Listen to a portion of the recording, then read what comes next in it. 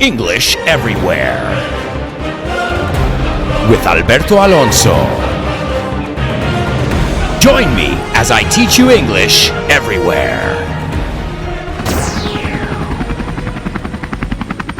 Hello everybody and welcome to English Everywhere. That's right, it's my video blog. And well, if you haven't subscribed yet, what are you waiting for? ¿Qué esperas? What are you waiting for? Well, as you can see, we are out in nature once again. Now, I'm always in nature. You're probably thinking, Alberto, you always do your video blog in nature. Well, I love nature. In fact, today we're taking a hike.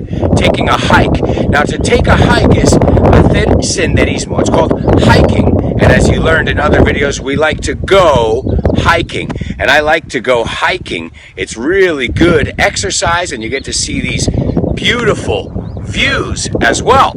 So now take a hike also means something else. When you say take a hike, it's vete por ahí. Yeah, exactly. When somebody says something, you say, oh, come on, man. Take a hike. Get out of here. Fuera de aquí.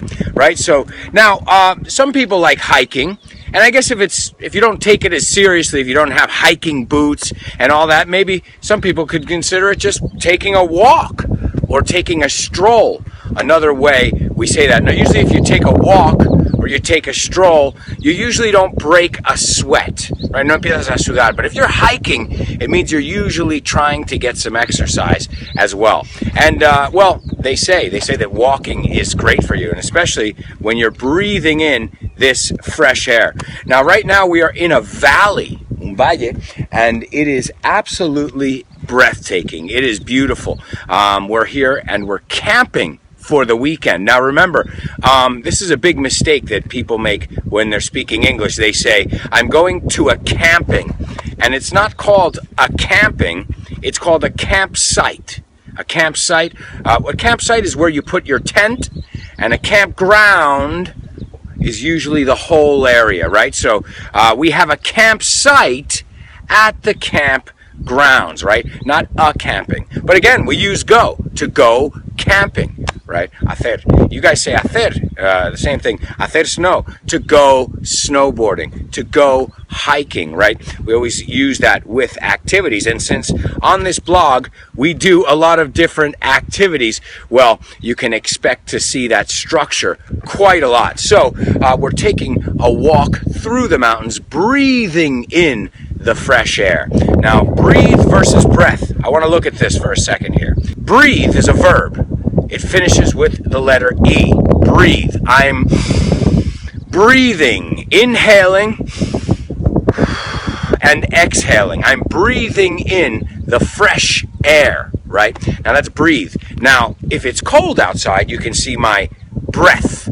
Respiración. You see, y esa no tiene E. That's breath. So breath versus breathe. It's kind of like true and truth, right? People confuse those two because true is an adjective. Oh, that's true. I didn't know that. And you want the truth? La verdad. So the truth, la verdad. True, verdad. Adjetivo, right? So sometimes those words can be confusing because, you know, breathe, breath. And another one, ready? Bath and bathe, right?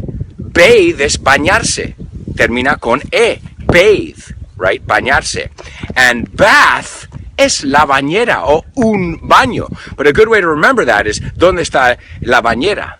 In the bathroom, en la sala de la bañera. So always remember, bathe, verbo, y tomar el sol is to sunbathe, right? Sunbathe. But we don't have to sunbathe because we're hiking. So we're getting some color on our face. In fact, I'm wearing a hat and shades. Now, I know you know the word sunglasses, but we also call these shades. Yeah, porque te dan sombra. Oh, there's another confusing one. Shade versus shadow.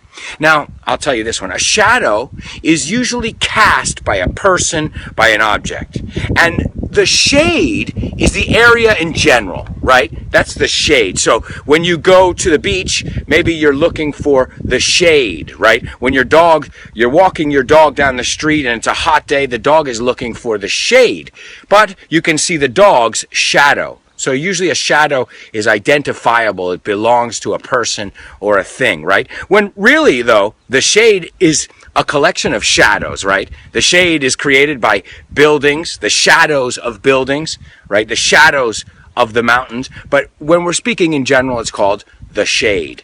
La sombra. Okay, so these are some confusing words. And, well, guys, we're going to take a hike. Nos vamos a pirar. I'll tell you another way to say it, too. In the United States, sometimes we say, we're going to jet. Yeah. I've got a jet. Me tengo que ir.